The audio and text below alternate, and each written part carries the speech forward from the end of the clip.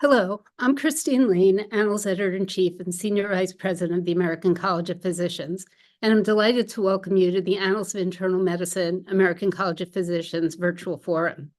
Today's topic is pharmacological treatment of type 2 diabetes, an issue of much interest given the emergence of new drugs into a therapeutic armamentarium.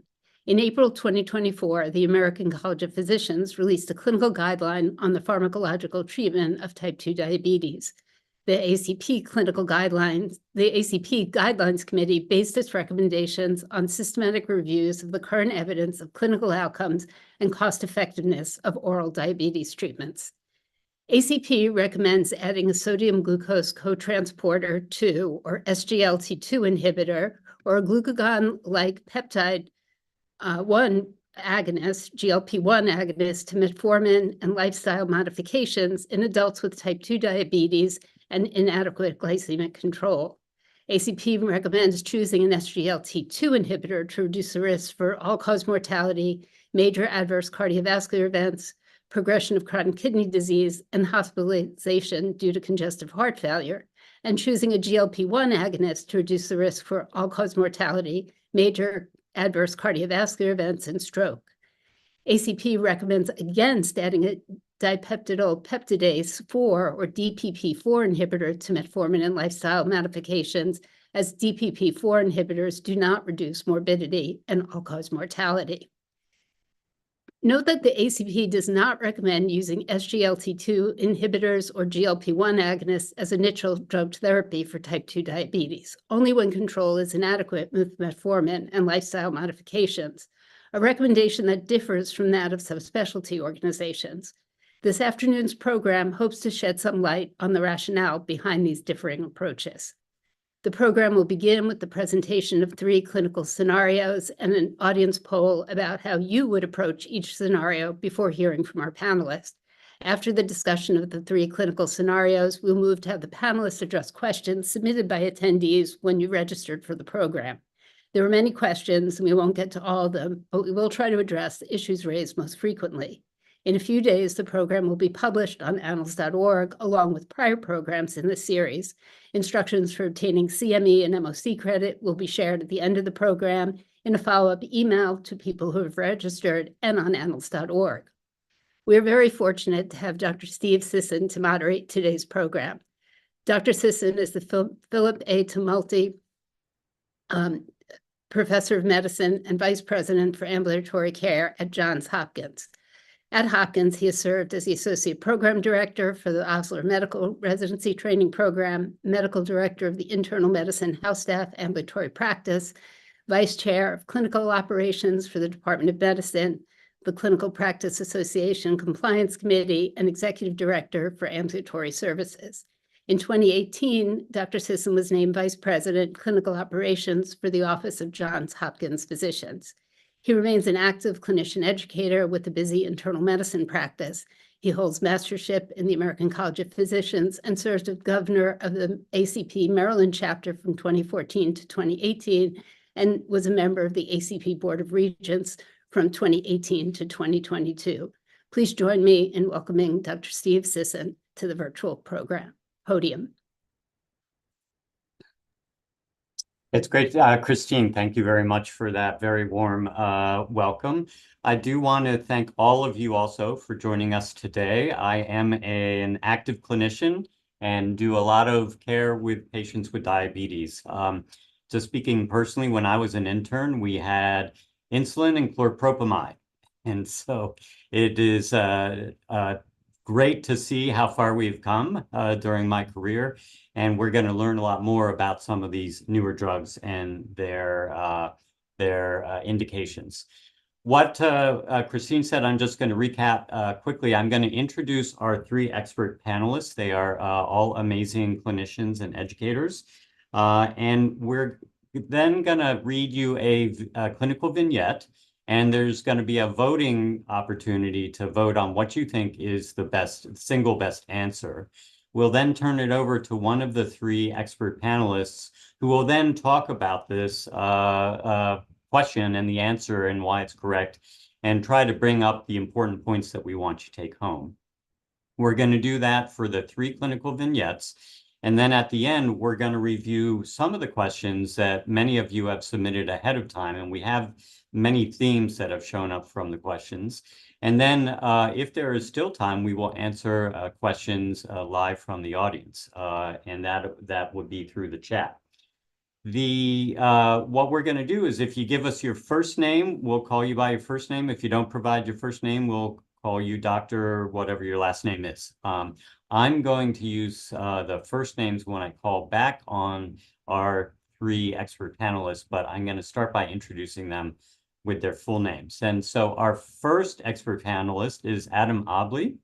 Adam went to medical school at the University of Kansas School of Medicine, and then he did his residency and chief residency at Ohio Health Sciences University. He is currently associate professor at Oregon Health Sciences University and associate chief of staff for community care at the VA Portland healthcare system. He is also a clinical epidemiologist at Oregon Health Science University, working at the Center for Evidence-Based Policy. He serves on many ACP panels, including the Clinical Guidelines Committee, as well as Population Health and Medical Science Committees. So, Adam, do you want to come on screen and wave to the crowd? There he is. Adam, nice to have you with us. Our next panelist is Aoife Egan. Aoife got her medical and doctoral degree at the National University of Ireland in Galway and did a residency both at Mater Hospital in Dublin and the Mayo Clinic in Arizona. She did endocrinology fellowship at the Royal College of Physicians in Ireland and also at Mayo in Rochester, where she dropped anchor and is now assistant professor of medicine and endocrinology at Mayo in Rochester. She has a particular interest in diabetes care of women before they become pregnant, while they're pregnant, and after their pregnancy. Aoife, do you want to wave to the crowd? Great having you. And then our third panelist, who should be joining us soon, had some clinical and education duties that kept her a little bit late, but we expect her to show up any minute now. And if you read the Annals Fresh Look blog, you will know her. This is Fatima Syed. She got her master's in comparative social policy at the University of Oxford and got her medical degree at Virginia Commonwealth University and did residency and endocrinology fellowship at Jefferson. She's now an associate professor at Duke in endocrinology and the director of the primary leadership track and vice chief of diversity, equity, and inclusion for the Division of General Internal Medicine at Duke. She, as I mentioned, is the editor of Annals Fresh Look. You may recognize her when you see her. I don't know, Fatima, if you're here, if you want to come on camera. Okay, looks like she's not quite here yet. But we do expect her to show up shortly. So with that, we're going to go into our first clinical vignette, which will be handled by Adam Obley. And we're going to go, I'm going to read you the question and the answer choices, and then we're going to take a vote, and I'm going to turn it over to Adam after that. So our first patient is a 57-year-old with type 2 diabetes diagnosed about 18 months ago when she was found to have an A1C of 10.7, and she presents for follow-up. Her medications, which she's tolerating well, include metformin 1,000 milligrams twice daily and atorvastatin. Her only other current medical problem, excuse me, is some mild knee osteoarthritis. She's been doing her best to follow the diet and exercise advice she received from her diabetes educator she saw shortly after diagnosis. And she has lost about 7 pounds, and her current body mass index is 24. Her A1C remains elevated at 9.2. Which of the following would you do at this time? Option A, continue current management. Option B, continue metformin and add a sulfonylurea. Option C, continue metformin, start a DPP4 inhibitor. Option D, continue metformin and add an SGLT2 inhibitor. Or option E, continue metformin and add a GLP-1 receptor agonist. And we're going to turn it over for you to vote.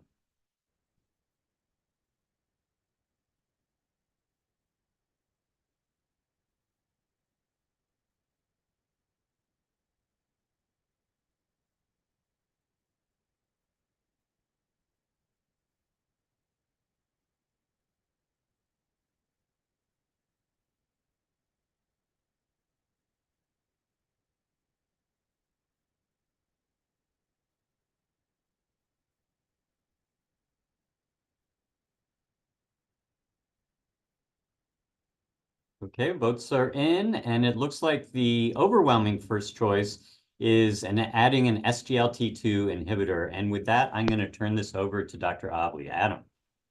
Well, thank you very much, Dr. Sisson. I appreciate the introduction and the opportunity to appear today with this distinguished panel of discussants. To summarize this case briefly, this would be a middle-aged woman with relatively recent onset of type 2 diabetes and a normal BMI who presents with an A1C of 9.2, despite a trial of appropriately dosed metformin and good adherence to diet and activity recommendations. Based on the clinical guideline that we recently published, I think both an SGLT2 inhibitor or a GLP-1 receptor agonist could be considered as the next add-on therapy to metformin here. And that decision is best made with the patient after discussing the benefits, risks, costs, and patient preferences. For several reasons, which I'll elaborate on, my initial recommendation here would be to add an SGLT2 inhibitor, as I gather most of the respondents to the poll chose as well, rather than a GLP-1. But if the patient expressed a strong preference for a GLP-1 after shared decision-making, I believe that would be very reasonable and one that's concordant with our guideline recommendation. So first, a few words about the guideline that informs my response to this vignette. Our guideline was developed by ACP's Clinical Guidelines Committee based on a systematic review of randomized controlled trials of newer agents, a review of published information on patient values and preferences, and a systematic review of economic analyses. Studies were eligible for inclusion if they enrolled at least 500 adult patients with type 2 diabetes, examined one of the newer agents, and reported on at least one of our prioritized outcomes at a minimum of 52 weeks of follow-up. In the end, we included 130 reports from 84 trials in the evidence review. The included studies were mostly large multinational trials of middle-aged adults with long-standing diabetes and a mean hemoglobin A1C level of 8.1% on their current treatment. Crucially, most of the included studies enrolled patients who were already on background therapy or usual care, and that most typically included metformin and counseling on diet and exercise. Of the patients in the studies, some had established cardiovascular or renal disease, but others did not, though most patients had at least one risk factor for cardiovascular or renal disease in addition to diabetes. It was not possible for the systematic reviewers to provide subgroup analysis based on the presence or absence of established complications at baseline, so our guideline recommendations apply to both groups of patients. So let's take it one piece at a time here and begin with the benefits. So both an SGLT2 inhibitor or a GLP-1 receptor agonist, when added to background therapy, which again was predominantly metformin in the studies, would be expected to reduce all-cause mortality and cardiovascular events. The importance of this finding cannot be overstated and reflects, I think, a paradigm shift in diabetes management. These are the first agents with a demonstrable mortality benefit in patients with type 2 diabetes. The magnitude of that reduction in all-cause mortality and major adverse cardiovascular events in the placebo-controlled trials appears to be similar, a relative risk reduction of about 10% or an absolute risk reduction of about 10 per 1,000. And while there are no direct head-to-head comparisons of GLP-1 and SGLT2s, the indirect evidence from the network meta-analysis suggests probably no difference in these outcomes between the two classes. It's also worth noting that in many of the included trials, these benefits became apparent early on in the planned follow-up periods, which may suggest that their beneficial effects are not primarily mediated by improvements in glycemic control. After acknowledging that both classes reduce all-cause mortality and major adverse cardiovascular events, there are some nuanced differences in the apparent benefits of each class. To briefly summarize those differences, the SGLT2 inhibitors reduce hospitalizations due to heart failure and the risk of progressive chronic kidney disease. On the other hand, GLP-1 receptor agonists appear to be more effective for reducing the risk of stroke and, based on data from individual trials, would likely result in a greater degree of weight loss. Next, let's turn to the harms. Both the SGLT2 inhibitors and GLP-1 receptor agonists are generally well tolerated, though in direct evidence from the included studies, only the SGLT2s appeared to reduce serious adverse events and severe hypoglycemia. However, both classes result in fewer cases of severe hypoglycemia when compared to long-acting insulins and sulfonylureas. SGLT2 inhibitors have been associated with serious but uncommon adverse events, including serious urogenital infections, fractures, lower limb amputations, euglycemic DKA, and orthostasis. On the other hand, GLP-1 agonists have been associated with serious but uncommon adverse events, including pancreatitis and gallbladder disease, progression of diabetic retinopathy, and thyroid C-cell tumors in rodents. Next, we'll turn to cost. Both the SGLT2 inhibitors and GLP-1 receptor agonists are currently only available in brand name formulations, and both are relatively expensive compared with older alternatives. In the systematic review of cost-effectiveness studies that informed our guideline, it's likely that both SGLT2s and injectable GLP-1s, when added to metformin, fall in an intermediate value range, which means that the incremental cost-effectiveness ratio is between $50,000 and $150,000 per quality-adjusted life year gained. Interestingly, in the review of economic studies, the authors did identify one recent cost-effectiveness analysis of GLP-1s and SGLT2s as first-line therapy and concluded that the incremental cost-effectiveness ratios were unfavorable, about $500,000 per quality-adjusted life year gained over metformin for the SGLT2s, and $325,000 per quality-adjusted life year gained over metformin for injectable GLP-1s. But that was only found to be an appropriate strategy after removing the disutility that was associated with weekly injections. It should be noted, however, that the model used in this particular analysis was based mainly on anticipated improvements in glycemic control, and it may not fully account for the benefits that accrue independent of changes in glycemic control with the newer agents. Additionally, while the out-of-pocket costs of this patient are likely to vary based on the specifics of her insurance, based on publicly available overall Medicare costs, the least expensive SGLT2 inhibitor has an annual cost of around $1,500, while the least expensive injectable GLP-1 has an annual cost of around $2,300. Finally, turning to the patient values and preferences, patients emphasize the importance of glycemic control, reduction in cardiovascular risk, and weight loss, as well as limiting GI side effects. In the systematic review of values and preferences, patients also expressed a preference for less costly options. Finally, patients indicated a preference for easier routes of administration, but may place more emphasis on the frequency of administration, which means that a daily oral medication and a weekly injectable medication might be viewed similarly on balance.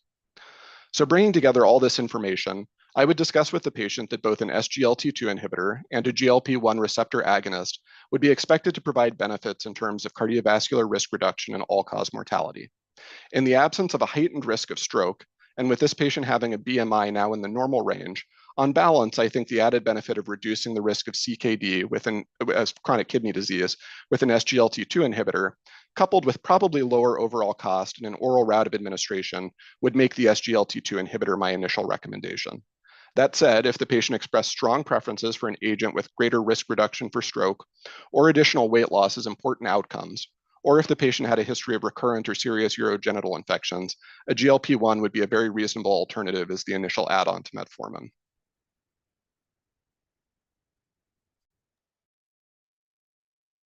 Adam, that was great. Thank you very much. There's some great questions in the chat. We're going to actually go through the clinical vignettes and ask some of these questions at the end. Some of the questions were actually answered by you along the way. So thank you very much for that.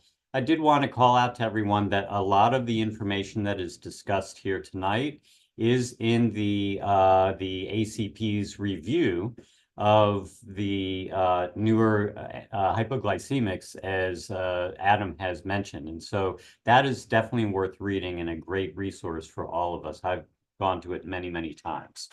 Fatima Syed has now joined us. I want her to just come on camera for a minute and wave and say hi.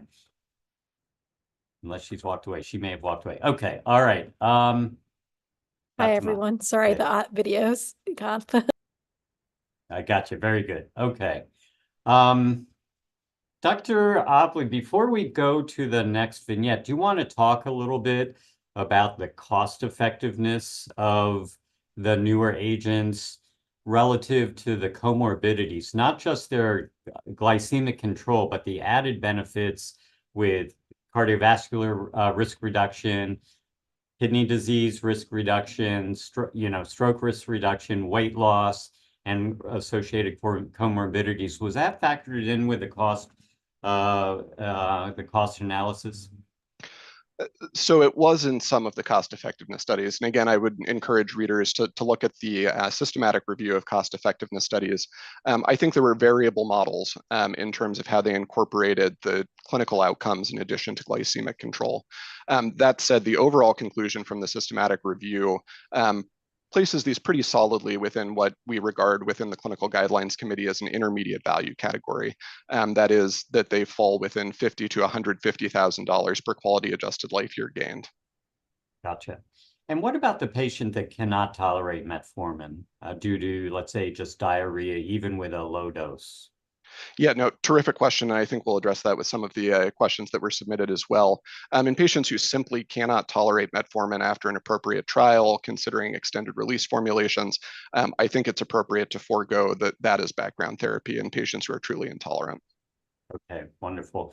And one final question before, just from the chat before we go to the next vignette. The question is about primary versus secondary prevention of chronic kidney disease in patients with diabetes given an SGLT2 inhibitor. And is there a distinction in the benefit? Can you comment on that?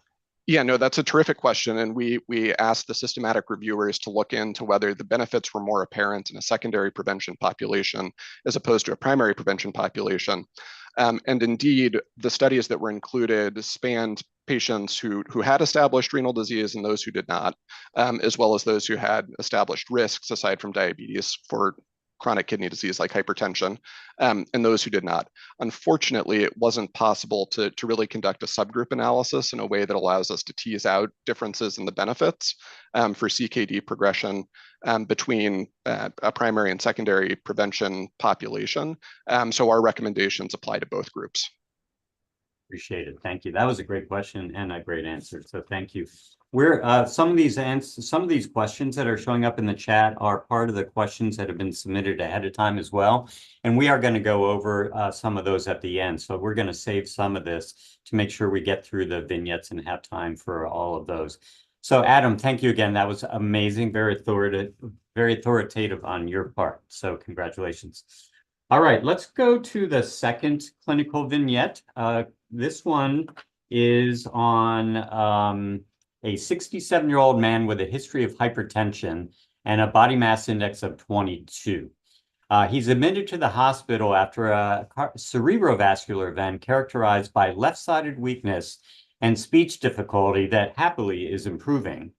His evaluation revealed previously unrecognized atrial fibrillation and type 2 diabetes with a hemoglobin A1C of 9.5. In addition to anticoagulation and optimization of blood pressure control, which of the following would you prescribe for diabetes management before discharge to a rehabilitation facility? A, metformin, B, a GLP-1 receptor agonist, C, metformin and a GLP-1 receptor agonist, D, an SGLT2 inhibitor, or E, metformin and an SGLT2 inhibitor.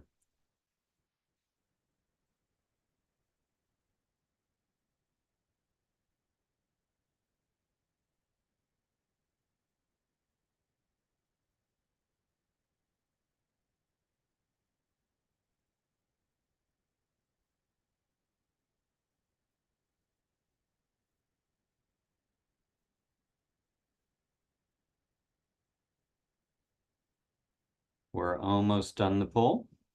Just a few more seconds.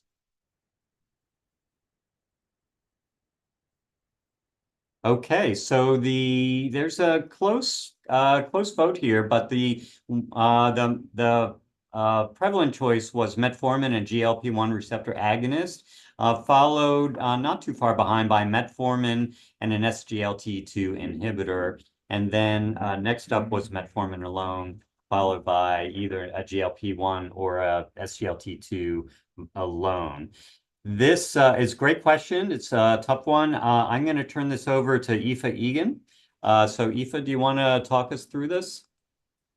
Yes, thanks very much. And thanks again for having me here. I really enjoyed reading through these questions, particularly the fact that there often is not one size that fits all and not one right answer for everyone. So this vignette in particular gave me some food for thought. I would say in summary, this is a 67-year-old man who we assume has newly diagnosed diabetes with a normal range body mass index, atrial fibrillation, and presumed ischemic stroke. So overall, my answer is in agreement with the majority here, and this would be to provide metformin and GLP-1 receptor agonist. And ultimately, to take a step back, we're going to need to consider safe and effective lowering of the hemoglobin A1C. And that basically means getting the A1C in the region of 6 to 7% without causing hypoglycemia. And I think in general, Dr. Obley really touched on, why we are moving towards using metformin in combination with these newer therapies now, drawing from these larger studies. But if we look at this patient specifically and think about the unique issues going on here, I think the first thing is that there is a significant A1C elevation here. It's a more than 1.5% above desired, and it's likely that dual therapy is going to be needed. So that excludes some of the other options on the list here. I would say that metformin is considered first line and will be included as part of an initial diabetes treatment program for the majority of individuals with type 2 diabetes. And this is because, broadly speaking, all of the studies that we refer to have been using metformin as first line. It's also generally safe, effective, and cheap. And I feel that if it's started at the lowest dose of 500 milligrams once a day and titrated up gradually, it can actually be very well tolerated, with extended release helping in certain situations if GI side effects are predominant. With regard to second-line therapy here, I'm recommending the GLP-1 receptor agonist, and this is because we see in general a reduction in major adverse cardiovascular outcomes with GLP-1 receptor agonists. And in general, they're looking at these 3-point MACE reductions, so a reduction in cardiovascular mortality, all-cause mortality, and stroke. And in particular, GLP-1 receptor agonists are associated with this stroke reduction, which is relevant for this patient. Specifically, the studies done by ACP show that GLP-1 receptor agonists reduce stroke by about 14%, which basically translates into about 5 fewer events per 1,000. So in particular, when we dig even deeper into the individual cardiovascular outcome studies, stroke reduction tends to be significantly reduced with subcutaneous semaglutide and dulaglutide in particular.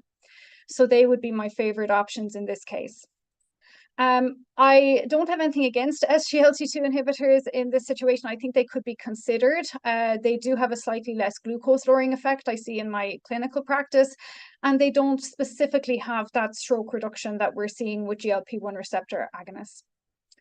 I think looking at this case uniquely, there are certain things that I would like to consider. And in general, I would like a little bit more information on this gentleman before making a final decision.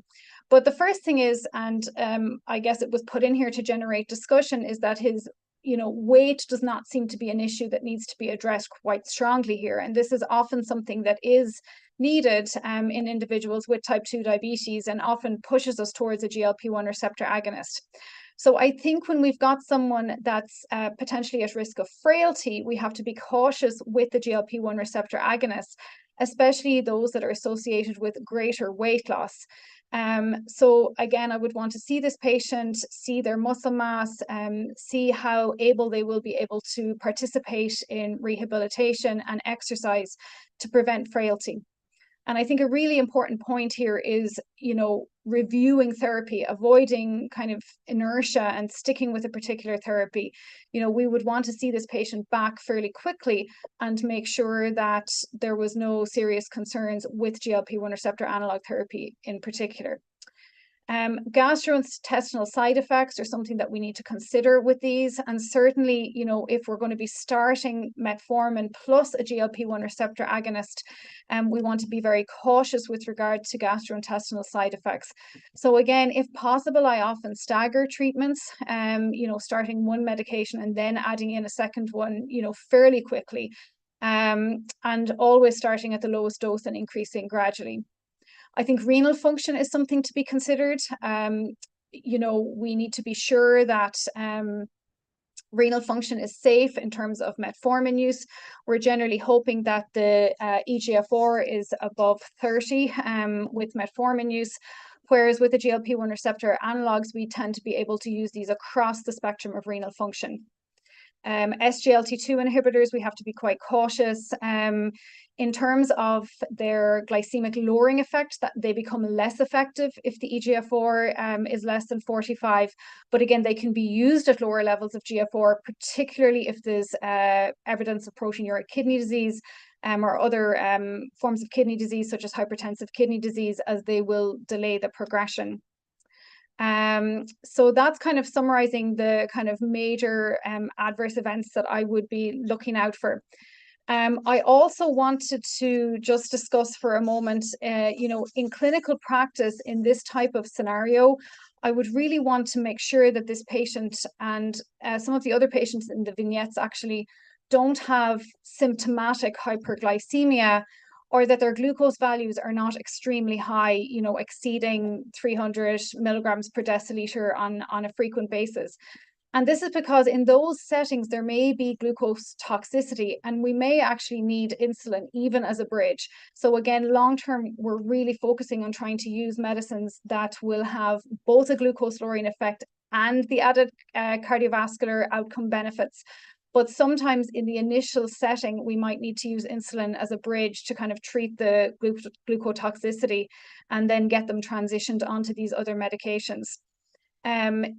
The other point that we don't want to miss is something that's very important, and that is type 1 diabetes.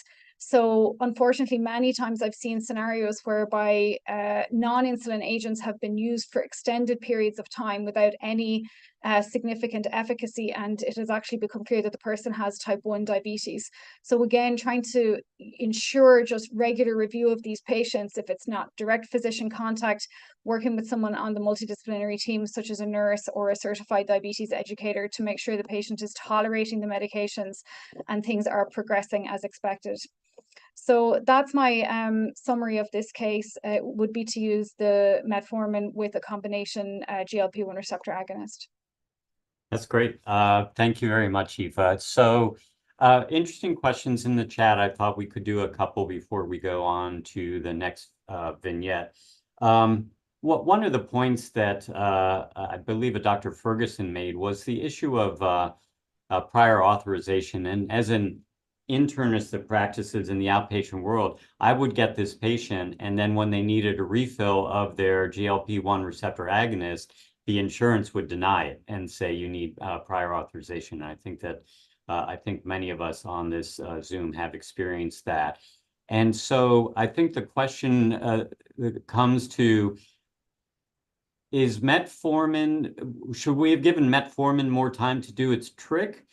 How acutely is the benefit from the GLP-1 receptor agonist in reducing the stroke risk in this patient?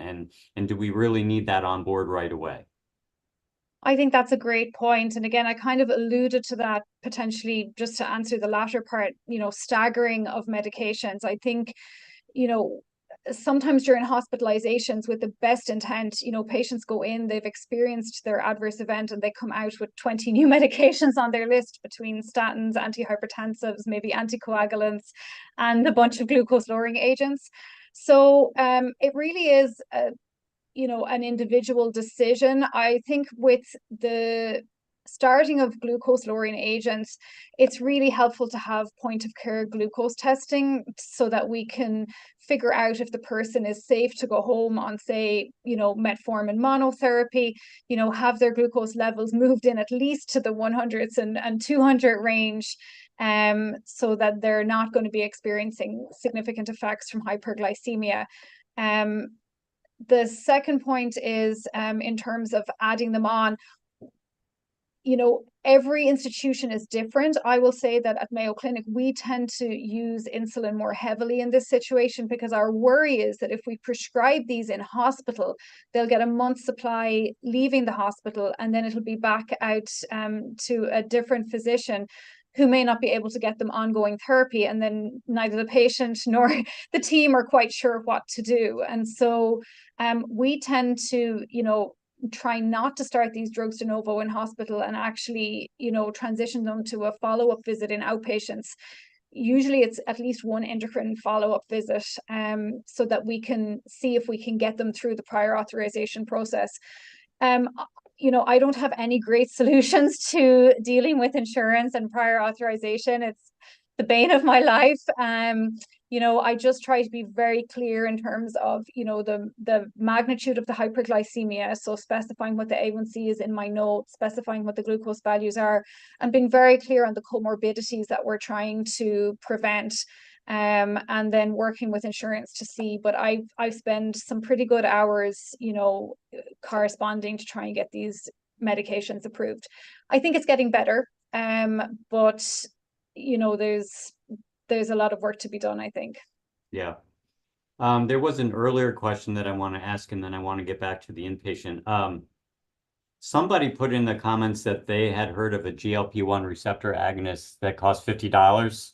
I'm not aware of such one in the United States, at least. I don't know. Is there a budget GLP-1 receptor agonist coming online? Not that I'm aware of that's available in this country at the moment. I know that because there is a national shortage of GLP-1 receptor agonists, and so there are several places that are selling non-branded medication. But again, aside from that, I'm not certain that there's been a huge price reduction in any of the options at the moment. Yeah. Gotcha. And then to go back to our inpatient, and having been an avid reader of the annals, my understanding, if his A1C was 9.5, his glucose is hanging, 400 range? And so he comes in with an acute TIA or a stroke or somewhere along that spectrum. Aren't we going to try to get better glycemic control quickly with maybe some insulin to improve recovery? Is that the case for this patient?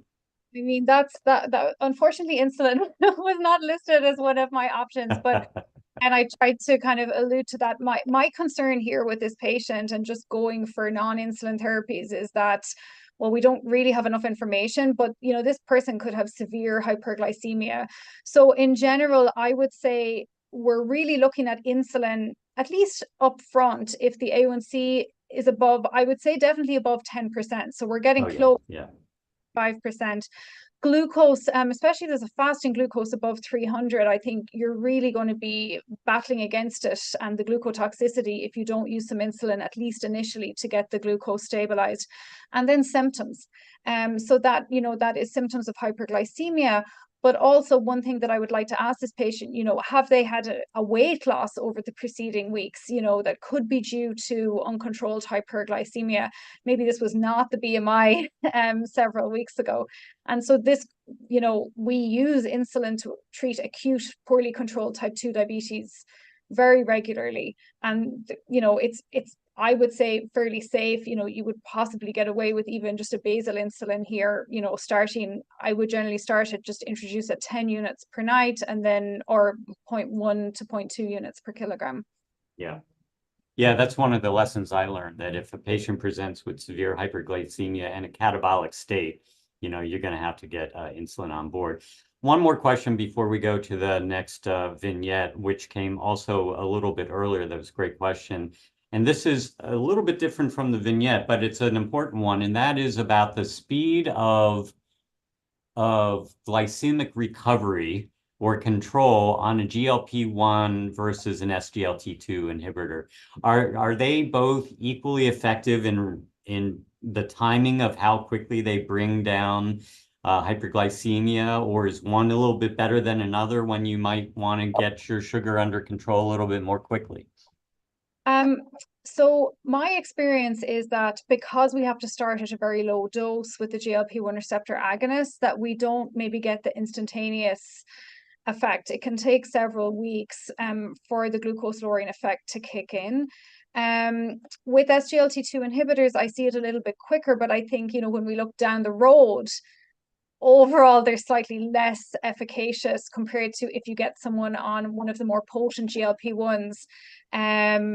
You know, over 6 months, I think we can see a stronger effect with the GLP-1 receptor agonist, and even more so now with tirzepatide, the GLP-1 GIP medication.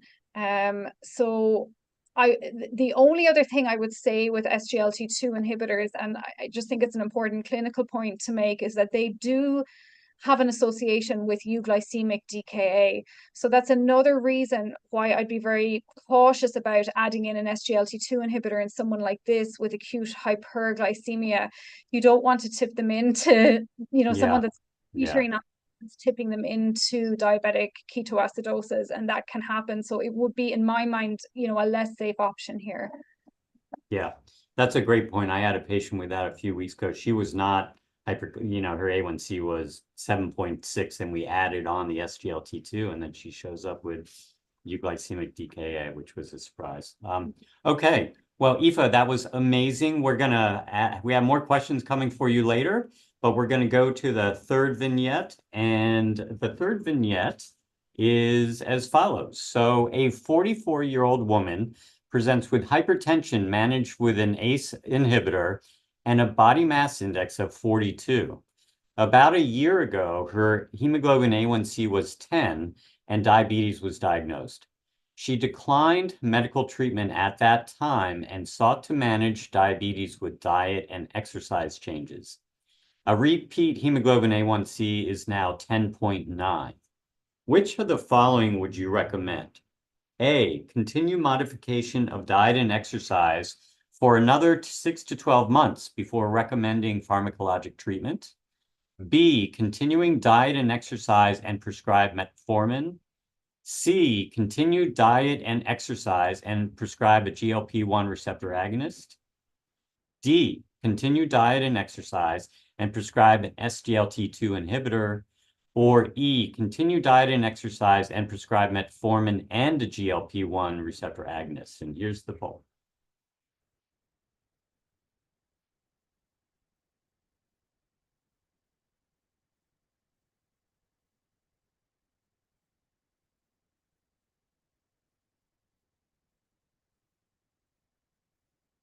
We're halfway there, 15 seconds.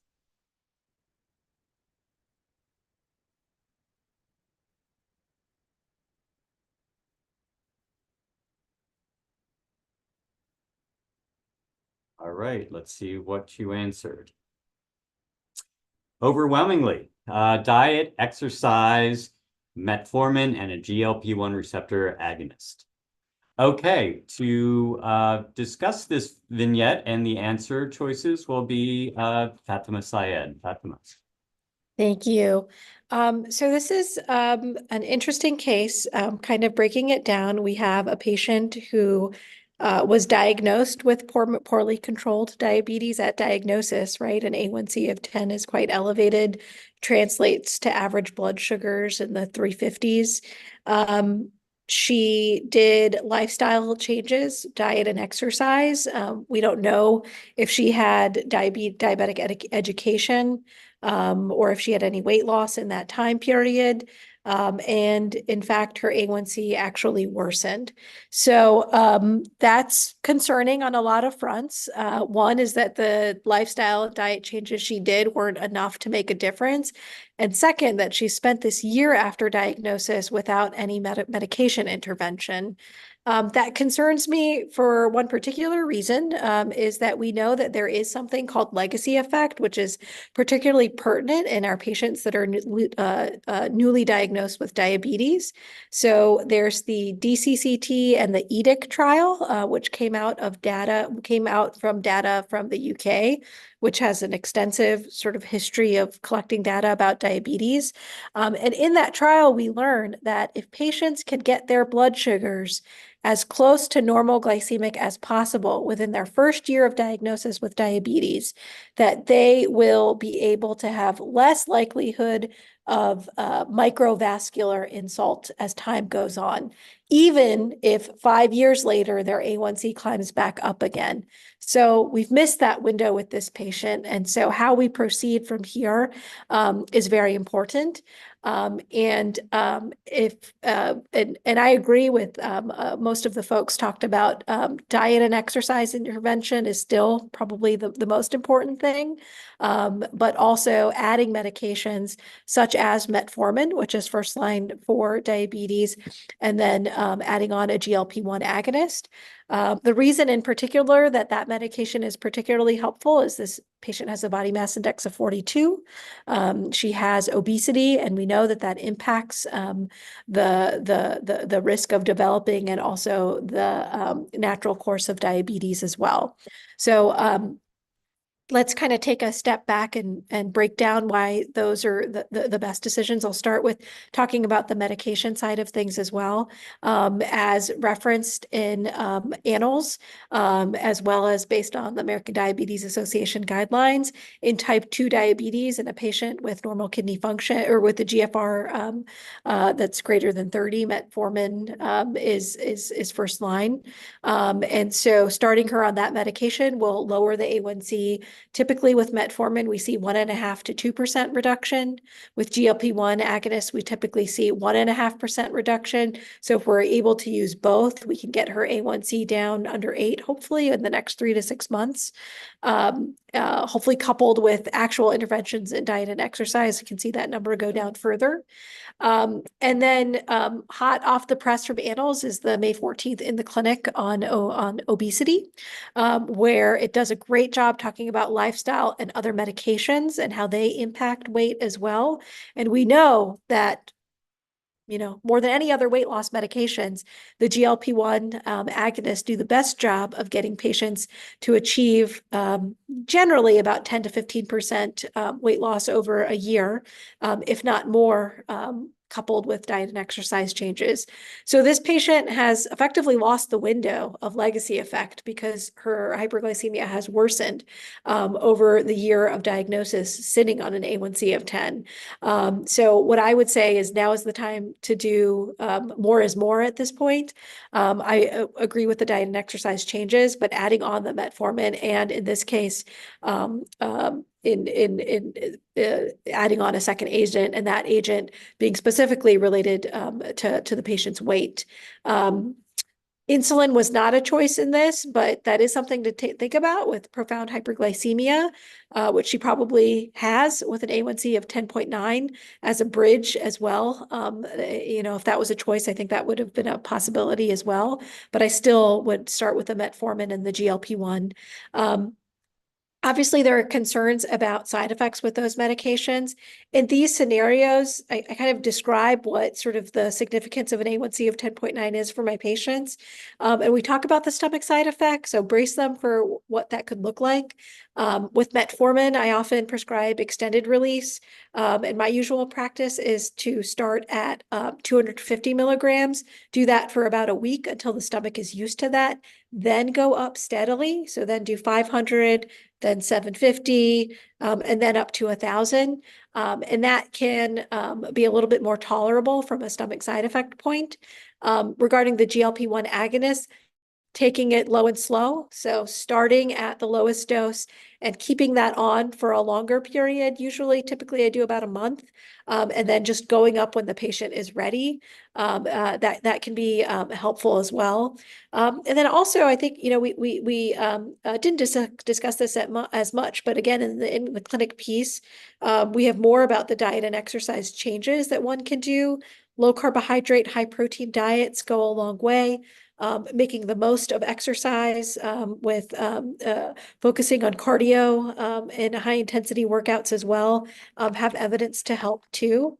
In the second case, there was a question of, is this type 1 or type 2 if the typical interventions didn't work?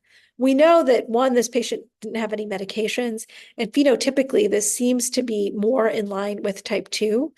So I think treating as such and then reassessing at 3 months to see if there's an A1C reduction is important, and also making sure that we stay on top of follow-up with patients like this is particularly important as well. That was awesome. Well, thank you very much, Fatima. So you mentioned the legacy effect, and can you talk to us a little bit about what you mean by that? Yeah, absolutely. So the study actually came from type 1 diabetes, but translates to type 2 as well. And it basically was a retrospective study over, I believe, like 30 or 40 years of patients and looked at their glycemic control. And it was found that the patients who were able to go from hyperglycemia to normal glycemia, to normal sugar levels, not for someone with diabetes, but in general, to normal blood sugar levels, over time, those patients did not develop retinopathy, neuropathy, or nephropathy, which are obviously concerning sequelae of diabetes. And so what that shows us is that, and it's generally if they achieved that within the first year of diagnosis, and that's again the EDIC trial and the DCCT trial that showed that. And what we've translated that to in clinical practice is that when you get diagnosed with diabetes, if you can get your blood sugars back to as normal as possible within a year, you will spare yourself or are more likely to spare yourself from microvascular complications in 15, 20, 30 years from now. And from a clinical practice, I use that as an incentive to say, we have this new diagnosis of diabetes, this is why we care. This is why we need to get your blood sugars as normal as possible. And that generally helps in motivation as well for patients to take the diagnosis very seriously. So I think it's always helpful to have some studies in your back pocket as well of why medications are beneficial and what data are we using to sort of make the decisions that we're making. I do understand sort of wanting to be patient with patients who may be averse to medications, but particularly for diabetes, I think thinking about the big picture and the future is a great way to sort of work with your patients to say, this is why we need to care about this now. These are the reasons why I'm concerned about these enough to want to use medications. Yeah, very useful advice. I do want to point out to everyone that notice that all of the answer options included addressing lifestyle, diet and exercise, which we should do with all of our patients all the time, but particularly those who have diabetes. On the legacy effects, just a few more follow-ups. So I know DCCT was type 1 diabetes. Was EDIC type 2? I believe EDICS extrapolated that information to type 2. Okay, gotcha. Yeah. Okay. And our patient who's 44, this is much more important to get them under control quickly versus our 84-year-old patient that moseys along into a diagnosis of diabetes. We don't have to necessarily worry about the long-term complications. We want to avoid the risks of hyper and hypoglycemia in that patient. Is that all correct? Absolutely. But I will say in some of my older patients, they still when I've said that to them before, they'll still say, I want my A1C to be under 6.5 because that's just achieving a goal. But absolutely, we want to avoid hospitalizations in those patients, hypos and excessively high blood sugars. Absolutely. Absolutely. Great. Well, why don't we switch over to some of the questions that, again, we got ahead of time from you all. So thank you very much. So if Dr. Egan and Dr. Avli can come on camera, I actually wanted to direct one of the questions from the chat to Adam, and that is on the potential impact, short-term impact on SGLT2 inhibitors on serum creatinine and GFR. And I've seen this with some patients that you might see a decline in GFR and a bump in their creatinine. And what do we do in that situation? And when do we say, enough is enough, it needs to come off? And at what creatinine do we not even begin an SGLT2 inhibitor? Yeah, no, that's an excellent question. And I would certainly validate that observation that because of the glucose-uric and the natriuretic effects of the SGLT2 inhibitors, there often is a small decline in the GFR after initiation. That said, it has to be balanced against the long-term data, which shows that these have renal protective effects, and particularly in patients with proteinuria renal failure. We should probably have most of these patients on SGLT2 inhibitors, probably up to about CKD stage 4. And I think that would be the conventional recommendation in this situation, but I'd be very curious to hear Dr. Syed and Dr. Egan's perspectives as well. I would pretty much agree with that. I mean, there are specific cutoffs for each of the SGLT2 inhibitors, but in that general ballpark. So, for example, in empagliflozin or Jardiance, we shouldn't be initiating if the eGFR is below 45. And if you have initiated it, you need to consider discontinuation if it's below that range. And again, we do have some leeway, and I always say, it kind of depends on how stable you might perceive the patient to be. Sometimes we really have to consider, okay, if we stop metformin or an SGLT2 inhibitor because their creatinine has just gone 1 point below the cutoff, but the alternative treatment might be insulin, well, how would that fare for them from a safety standpoint in the long term? We would be increasing the risk of hypoglycemia, for example, or burden of care with injections as another example. So again, some cutoffs, but I would say, if you've got concerns, just look to the product insert for the specific SGLT2 inhibitor. Fatima, anything to add? Yeah, I would agree. And I just want to go back to the point also when prescribing SGLT2 inhibitors to just keep in mind the risk of euglycemic DKA. While uncommon, it is not, I mean, I think probably everyone here has probably had at least one patient. Yeah. Okay. Let's talk about a quote that was shared at Internal Medicine Meeting 2023, I believe. It might have been 2022. Quinn Capers spoke. He's a cardiologist, by the way, member of the ACP, great guy. And he said SGLT2 inhibitors will go down in history as a cardiac drug that, oh, by the way, helps with glycemic control. And a lot of questions came up in Dr. Egan's case about the atrial fibrillation and whether or not an SGLT2 inhibitor might offer incremental benefit to cardiac remodeling and scarring and inflammation around the heart that may be related to the atrial fibrillation, and if that would tilt your decision. And so I'll ask you first, but if either of the other experts want to comment on that'd be great as well. Yeah, I did consider, the specific atrial fibrillation situation here. Initially, there had been some concerns about GLP-1 receptor analogs and effects on or potential arrhythmogenic effects. And this is because there are GLP-1 receptors kind of ubiquitously, including on the heart, including in the atrium.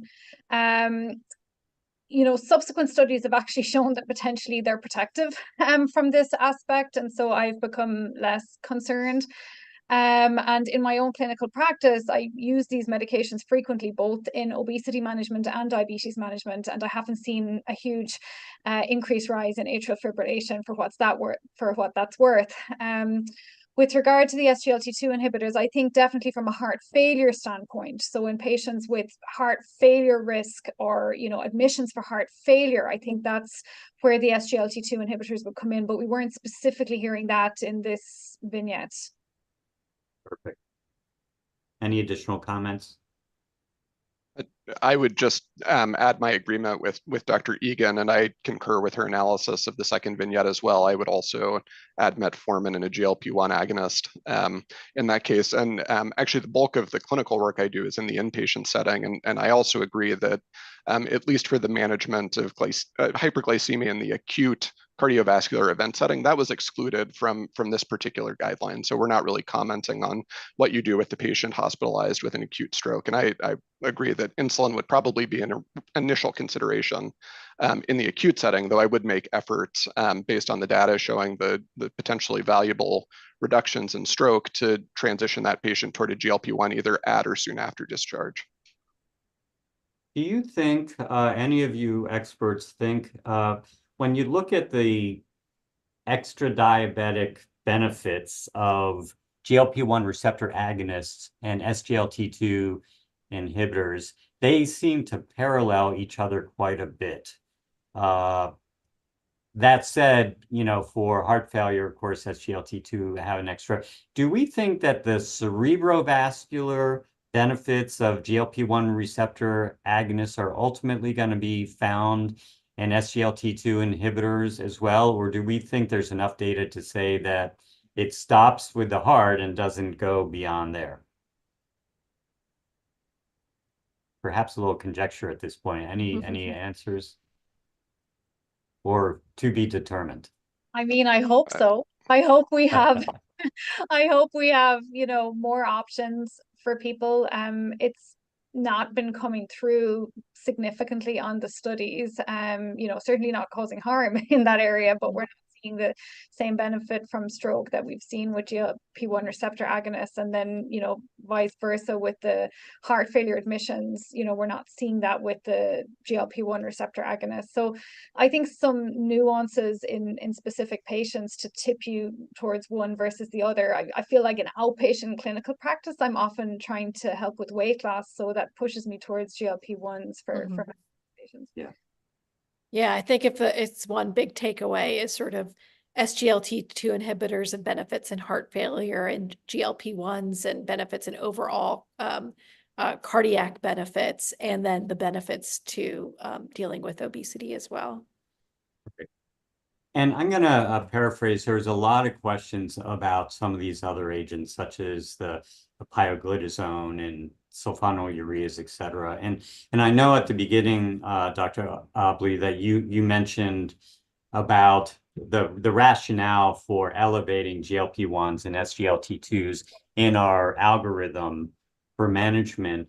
I will tell you that I have patients that can't afford the copay, even when their insurance covers these meds. Their copay is, $300 a month, and so it's just not going to happen. And so there are scenarios, and I have some patients who are on sulfonylureas and pioglitazone. And do you want to, any of you, the experts, do you want to comment on scenarios where one or those, and maybe even the DPP-4 inhibitors, would bring would float up to the top or be an option for a patient? I'm happy to comment on that, as there are certain scenarios where I still use some of these medications. So speaking about sulfonylureas, ultimately, I think what we're talking about is cost. There's maybe some providers on the call here who work at FQHCs or work with limited formularies or on the $4 plan. And if that's the case, you do the best with what you can, what you have available. So in that sense, I may use sulfonylureas. I may continue it if patients have been on them long term. The only times I really I may start a patient, again, honestly, most has to do with cost, or if we are not achieving our glycemic goals and there's intolerance to other medications, like GLP-1s. But ultimately, if I had my pick, the metformin GLP-1 combo is the one that I choose the most frequently for patients. When it comes to the DPP-4s, I did see a question about that as well. I really not using it very often, unless I've got like an elderly patient who isn't tolerating metformin. I need the blood sugars to not be so high that they end up in the hospital, but just controlled enough. And in that case, I may use a Tradjenta because you don't need to renally dose it. And in terms of the pioglitazone, it has not been in my practice to use it, and in fact is contraindicated in heart failure because of the fluid retention that comes with it. So I don't use it. It's not in my practice.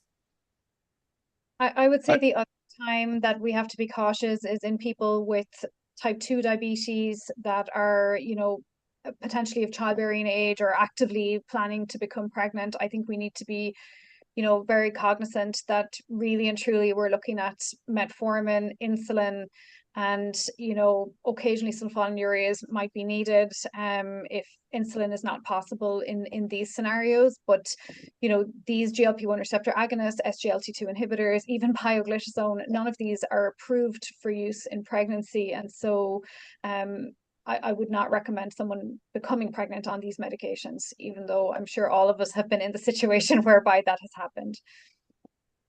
I would just add my agreement with Dr. Syed and Egan. I do think that concerns around cost are very valid.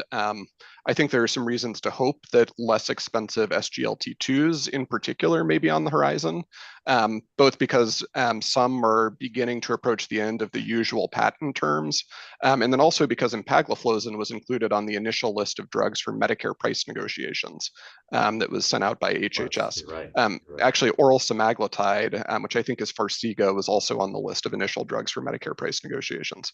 So that said, I think there's still a great deal of uncertainty about how this unfolds, and we know that typical patent expiration terms aren't always realized. So I think we'll see over the next few years, really, the pace and magnitude of price reductions for these medications will remain to be seen. For patients who simply can't get an SGLT2 or a GLP-1, either because of cost or availability, I agree it's reasonable to consider a DPP-4, a sulfonylurea, or insulin to improve glycemic control. But I think you have to acknowledge at the same time that those treatments won't produce the same benefits in terms of all-cause mortality and cardiovascular disease. And certainly the sulfonylureas and insulins will come with a higher risk of hypoglycemia. Gotcha. With one of the questions submitted ahead of time, is an important one, and that is, with all these wonderful benefits of SGLT2s and GLP-1 receptor agonists, why don't we just start them on that as the first drug of choice? Because, diabetes, what is such a strong cardiovascular risk factor and cause of chronic kidney disease, why not just get them on it right away? If I could comment on my experience working in the clinical guidelines meetings that have occurred in ACP versus other organizations, cost. That's a big reason. Metformin is an affordable medication that lowers A1C significantly, and these other medications are not always as affordable. And other societies have said that you can do anything, start with whatever you want, and that's okay. And maybe in an ideal situation that is possible, but I will say that as a practicing clinician, as probably most of the people who are members of the American College of Physicians are, we also know the practical implications of these medications and their costs to our patients. And so for me, I think that's a big push. And also, why not use a medication that is cheaper and does have A1C reduction? And we do see benefits of A1C reduction in general, right? And I think to add in that also we have to be cautious when analyzing the results of these cardiovascular outcome trials. In many of the trials, I would say in the majority of them, the patients were already on metformin therapy. And so we simply don't have overwhelming enough evidence to say, to just leave metformin and just focus on these other agents. So, I think we have to be cautious with that. And I know that one or two people had asked about, should if someone is on metformin and a GLP-1 and they're doing really well, should you then discontinue the metformin? And I think that is something that's coming up. I mean, sometimes their baseline diabetes has just progressed to the situation that they're going to need to glucose lowering agents, and that's just that it wouldn't be possible to pull one back or you'll lose glycemic control. But I will say that with the newer agents such as tirzepatide, I am seeing such significant weight loss that oftentimes people are coming with like truly, you know, huge lowering in their A1C and, you know, significant weight loss. And in that context, I am starting to, you know, reduce the dose of metformin and see how they do, because you know, if you have someone that's moved their BMI back down into a normal range BMI, you know, they've got their A1C down into kind of, I've seen people come back with A1Cs, you know, in the normal range, then I think we do have to think about, you know, okay, these are medications, like long term, should we be trying to kind of reduce? I feel like it's hard to stop the GLP-1 receptor agonist in that context, because you will see weight regain and then they can be back to square one. So in that scenario, I am sometimes cutting back on the metformin. And I would just add, again, I agree completely with Dr. Syed and Egan on this point.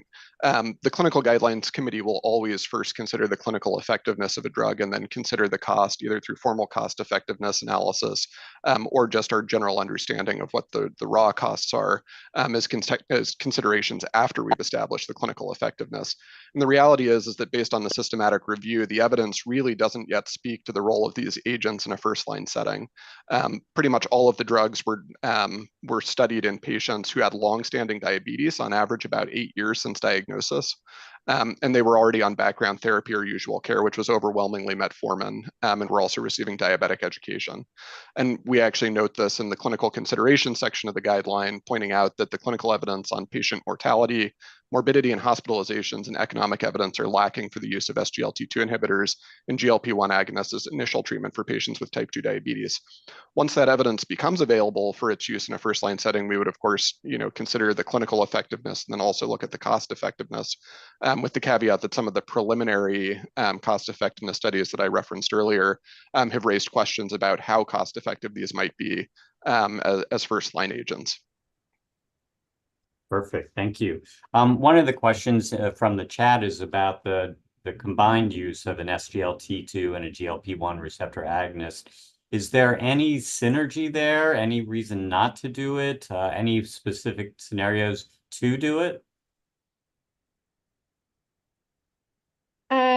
So I frequently combine the medications. You know, if I have someone on metformin and a GLP-1 receptor agonist and I'm not achieving glycemic control, I would consider an SGLT2, or vice versa. There are some data, I will say it's not the quality of evidence that would get into clinical guidelines, but there are some data to suggest there may be some added benefit in terms of cardiovascular outcome reduction if we're adding drugs. But I definitely think, you know, more work needs to be done in that arena. So yes, they can be used in combination. I think we just have to be cautious that as we add medications, we need to look at, you know, burden of treatment, side effects, and also making sure that we're seeing glycemic benefit. You know, I sometimes will stop a medication for all of these medications. There are going to be some people that just don't respond well. And if, you know, after a 3-month trial, after starting a GLP-1, for example, if I'm not seeing any, you know, improvements here, then I'm going to be questioning whether the therapy is actually working and if it should be continued. I would just add, I also see this routinely in clinical practice, the addition of an SGLT2 to a GLP-1 or vice versa. I agree the evidence really isn't there yet, and I think we acknowledge that in our guideline, that it doesn't really speak to the combination of those therapies. You know, that said, the practice of evidence-based medicine really occurs at the integration of the best available evidence and clinical expertise and judgment and patient values and preferences. So there may be certain situations in which one would certainly consider the combination. I'm glad we're recording this because that thing you just said was very profound. So thank you for that, Dr. Adley. Let's get into a question that came also ahead of time that we're all facing as clinicians, and that is the perioperative management or the preoperative management of SGLT2 inhibitors and GLP-1 receptor agonists. So a patient getting surgery is going to be NPO, and they're on either an SGLT2 or they're on a GLP-1 receptor agonist. And when do you hold those drugs, and what do you do in those scenarios? Does anyone want to answer that? I'm happy to take this one. I encountered quite a bit. So with regard to the SGLT2 inhibitors, our guidelines at Mayo Clinic at least are to hold the SGLT2 inhibitor for 5 days prior to an elective hospitalization, or an elective procedure, you know, whereby there may be risk of extended fasting. And again, this is really speaking to the risk of euglycemic DKA. These medications do have not a very long lag effect, but they do have several days of a lag, and there is that risk, especially if someone is not eating or getting nutrition. You know, it can become a perfect storm for euglycemic DKA, and we have seen that happen. So 5 days for us, and I appreciate there may be some variation in practice there. And that is something that I counsel patients on when I start these medications. With regard to the GLP-1 receptor agonists, again, we're following recommendations by the American College of Anesthesiologists, and that is if someone's on a once weekly injectable, to hold it at least 1 week before a hospitalization for an elective or a planned procedure. And this is a fairly strong recommendation based on, I would say, less strong evidence, but concerning case descriptions of risk of aspiration with these medications. So there have been some cases presented whereby there was, you know, gastric contents present despite fasting for the recommended amount of time. And if someone's having an emergency procedure, of course, then you just need to take full kind of aspiration precautions when doing the surgery if they've been on one of these medications. Having said all that, you know, there are some very eloquent studies, some coming from Mayo Clinic, so I may have some bias here, but showing that the gastric emptying effects of these medications doesn't tend to last long term on these medications. And so it's most profound in the first few weeks of therapy. So I think, you know, we follow the recommendations, but knowing that those that are at higher risk of having gastric contents or risk of aspiration of those contents would be people that are newly started or who have just kind of recently increased the dose. I think if they've been on long-term, you know, stable therapy, they're less at risk. But, you know, we have in the recommendations, they have to be more uniform than that. Other comments? How about the oral GLP-1 receptor agonist versus the injection therapy? Are they proven as well? I don't know if in the studies they were done with oral GLP-1 receptor agonists or injection, and do they have the same beneficial effect for those patients that don't want to resort to a needle? That's a great question. I think predominantly the GLP-1s that were included in the studies were injectable, although some probably did include oral semaglutide. One thing I can say based on that cost effectiveness analysis is that the cost of the oral GLP-1s is very high. And in fact, it would push the cost effectiveness. I think with the oral GLP-1s, it would push it to about $800,000 or $850,000 per quality adjusted life year gained over metformin. So the cost effectiveness is not favorable. I tend to be less of a fan of the oral options in clinical practice. I think sometimes patients are drawn to them, especially if they haven't been on injectable therapy previously, because, you know, the thoughts of doing an injection. And I find that a lot of my patients with diabetes, they feel insulin is the thing to be avoided, and they hear the mention of an injectable and they're concerned that it's, you know, going to be like insulin. So my understanding of the data is that the kind of key cardiovascular outcome trial and the Pioneer 6 trial for oral semaglutide was not as convincing from a cardiovascular benefit standpoint. It was a non-inferiority study, you know, compared to the other cardiovascular outcome trials for the injectable GLP-1s, particularly semaglutide, dulaglutide. And of course, we're waiting for the big cardiovascular outcome trial of tirzepatide, but we're hopeful. So again, you know, the oral is there as an option. It is effective in terms of glucose lowering, but maybe the extra glycemic benefits aren't quite as potent from that standpoint. Yeah, what I tell patients who ask me about that is the juice isn't worth the squeeze. You're going to get a lot of the side effects and not a lot of the benefits. It's just not worth it. I have a question back for you, Dr. Syed, in a minute, but I wanted to go to one of the questions in the chat about euglycemic DKA. And does that mean that patient's done with SGLT2 inhibitors?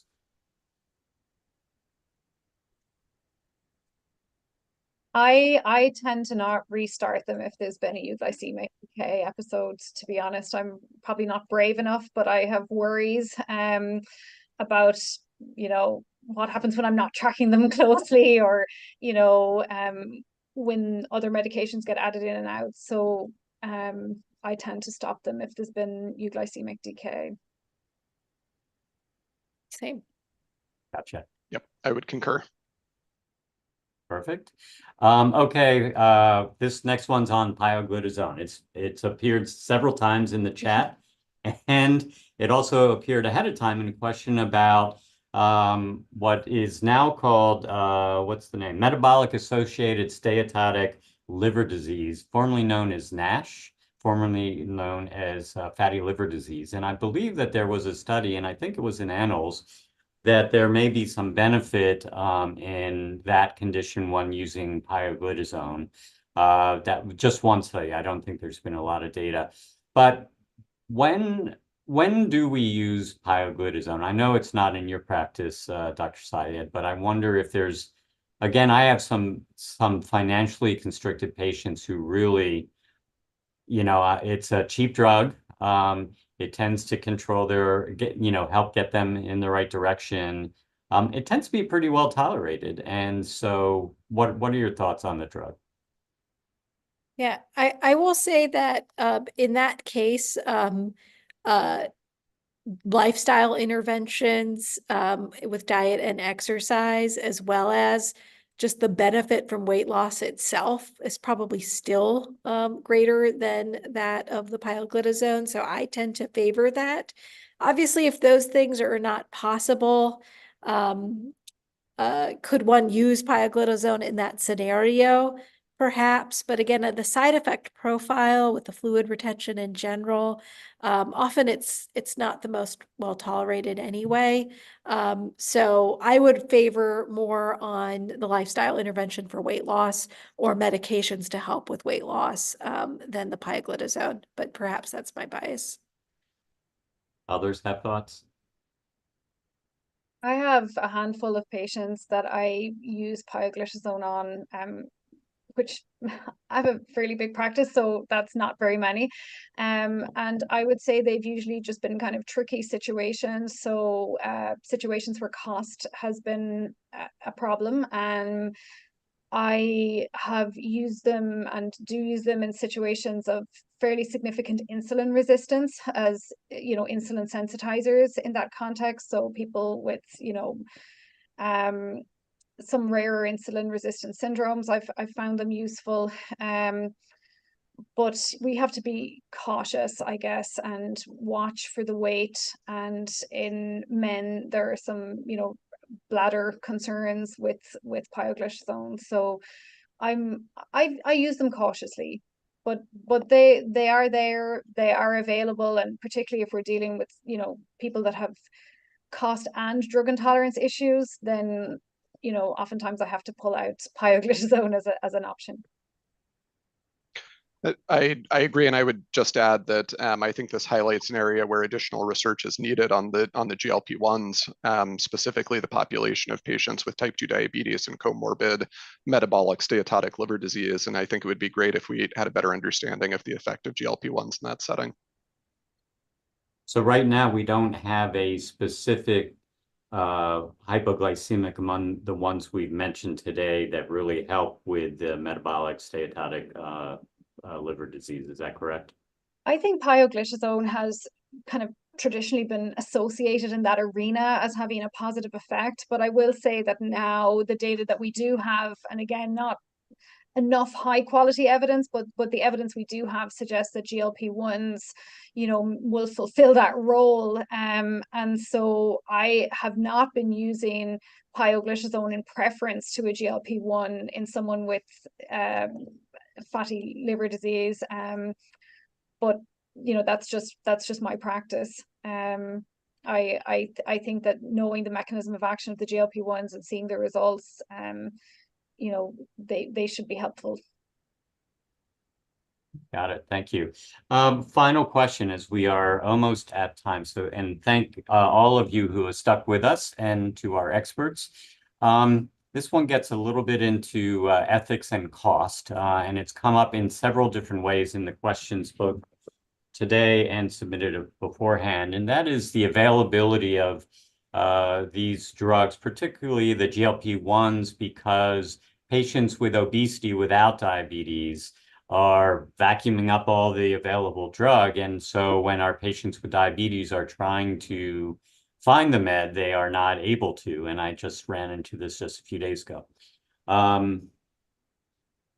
Thoughts about using these drugs, particularly the GLP-1s, in patients with obesity without diabetes who have tried other options and failed. I can speak to that as part of my practice as weight management as well. I think we consider obesity to be a chronic condition, and I think of my patients who are on transplant lists and need to get to a certain BMI before they'll be able to have a transplant. And is that person not as deserving of a medication that will help them achieve their goal so they can get a life-saving intervention? My feeling is that if a patient qualifies based on the FDA guidelines and the guidelines that are expressed in the May 14th in the Clinic for the Annals, and the patient can access a GLP-1 agonist, then particularly in these scenarios, I think it's okay to prescribe in that scenario. I wish the marketing dollars went to the production dollars of making these medications, because ultimately that's a big issue. But when I think about those patients, I feel okay prescribing the medication. And frankly, I prescribe it in concurrence with lifestyle interventions that we have in my office and work with patients on not infrequently. Well stated. Dr. Egan or Dr. Obley? I absolutely agree. And I do prescribe for weight management. I think the message to get out there is that, weight management is important. We need to take it seriously. I think there are certain situations whereby, these medications may be seen as a quick fix for weight reduction. And I think that some of the, bad kind of associations with these medications, especially on popular media, people have been using them that don't truly meet the FDA approved criteria for the medications, considering using them, for short term to reach a goal that may not be a transplant, but some other, cosmetic purpose. And I think that's where the frustration and the challenges have arisen, and people feel frustrated about access. I will say access has been really hard across the board. I mean, these medications are marketed as Zepbound and Wegovy, tirzepatide and semaglutide for weight loss. They have been in short supply, but also we've seen their equivalents, Ozempic and Mounjaro, also in short supply. So when I prescribe for weight management, I'm having a very serious discussion and explaining that these are a long-term tool to use, and that abrupt discontinuation will result in rebound weight gain, which is a concern. And I will say that sometimes when it's explained, patients will actually opt not to go ahead. But I would say that in my practice, I try to take that prescribing quite seriously and treat their obesity as a comorbidity. Yeah, very little to add here other than to plug the fact that the ACP Clinical Guidelines Committee is in the process of developing clinical guidance on pharmacologic management for weight loss. So that will be forthcoming at some point. I would just say in the system that I work in, the formulary, the pharmacy benefit management has made the decision to prioritize GLP-1s for diabetic patients, given the shortages that we've been facing. But I just really very briefly wanted to go back to the questions about prior authorization, because I do think that now that we have this information in hand about the reductions in all-cause mortality and major adverse cardiovascular events, that insurance requirements that require step therapy involving sulfonylureas or DPP-4s or insulin really are not defensible anymore. And I'm just offering that as my own personal editorial opinion. That's not on behalf of the Clinical Guidelines Committee. Perfect. Well stated. That brings us exactly to 5 o'clock. So again, I want to thank the participants who joined us today to improve their knowledge and their patient care. And I want to thank the speakers, the experts that we had here this afternoon. Really, really wonderful group and discussion. Thank you all. For CME, there is a link in the chat that you can use. And then if you would like to review the webinar, it will be available on the Annals of Internal Medicine website, I think as soon as Monday under the multimedia. And we hope to see you again at a future educational conference. And with that, I think we'll sign off. I don't know if Dr. Lane has anything to add, but I think we are at the end of our session. Okay, seeing none, why don't we call it a session? Thank you very much, everybody, for joining us.